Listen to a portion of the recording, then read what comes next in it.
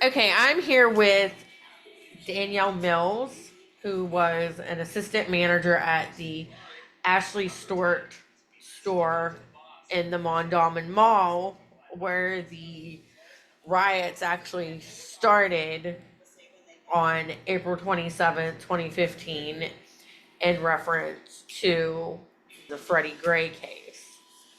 So, Danielle, like, what happened that day while you were at work? Like, how did everything kind of go down? So they started getting reports that there were some plans to some sort of purge like event, and there would be some unrest and some violence. And so our store manager at the time decided they didn't want the employees to be around for that, and they decided to start closing stores and they did not want to put us in any kinds of harm's way.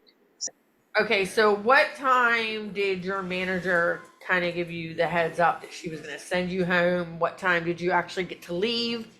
And then once you were outside, like, what was it like? They were not allowing people to get on the trains or get on the buses there. It was around 1:30 when we got the notice that we were going to be closing. And by the time I actually left, it was around 3:30 that day. And when we got out, we saw the police in their riot attire, and it seemed like they were anticipating some sort of violent act. And then we saw the students standing around, and they were just kind of standing around in small groups. They were at that point sort of passive. And I saw the police had actually started stopping the buses that the students were getting on and unloading them, like forcing the students to get off the bus, which, if you're trying to disperse the crowd, was puzzling why they would force the students off of the bus. But that definitely caused the crowd to form even larger, which may have even contributed to that incident being so bad. It did take a long time to try to figure out how to get out because they had so many of the roads blocked off and they were not really letting anyone in or out of there. Why do you feel, though, that the riots actually started at the Mondawmin Mall?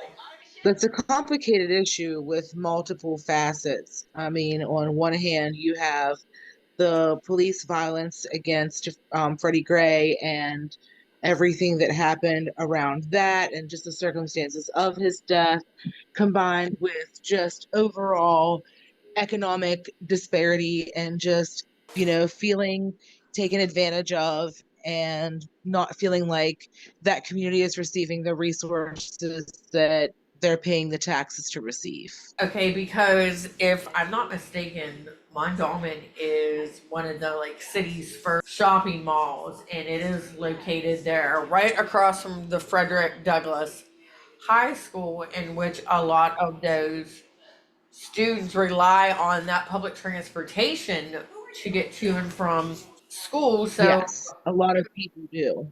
so I don't understand either why they just shut everything down and kind of had everybody stay there at the mall, like shutting everything down. That's been like a long standing like point looking back that people have discussed and thought that maybe was a big mistake. There's been many different viewpoints on that.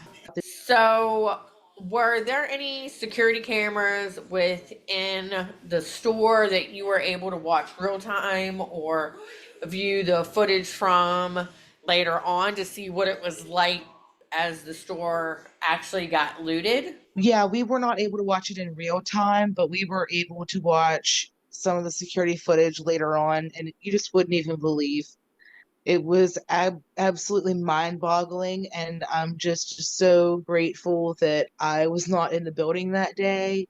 And just the herds of people. I mean, there were just, it seemed like hundreds and hundreds of people, just masses of people in there, just grabbing arms full of clothing and other items and just running out the door. And so, how many employees did your store have at the time, and what happened with those employees? So around the time, our store had about 21 employees, including the management, and the mall was shut down the next day.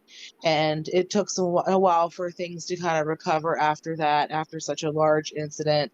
I think it was even a year later before things were really back to normal.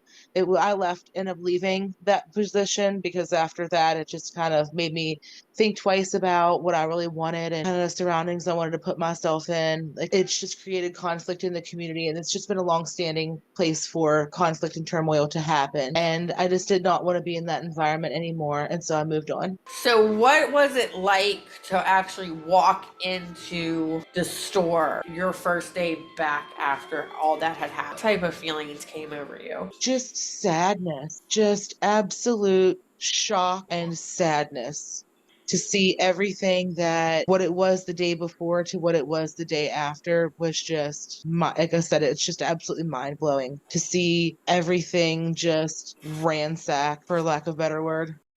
Big thanks to Danielle Mills for helping recall the events of that day when the riots broke out at Mondawmin Mall and how she felt to return back to her job afterwards.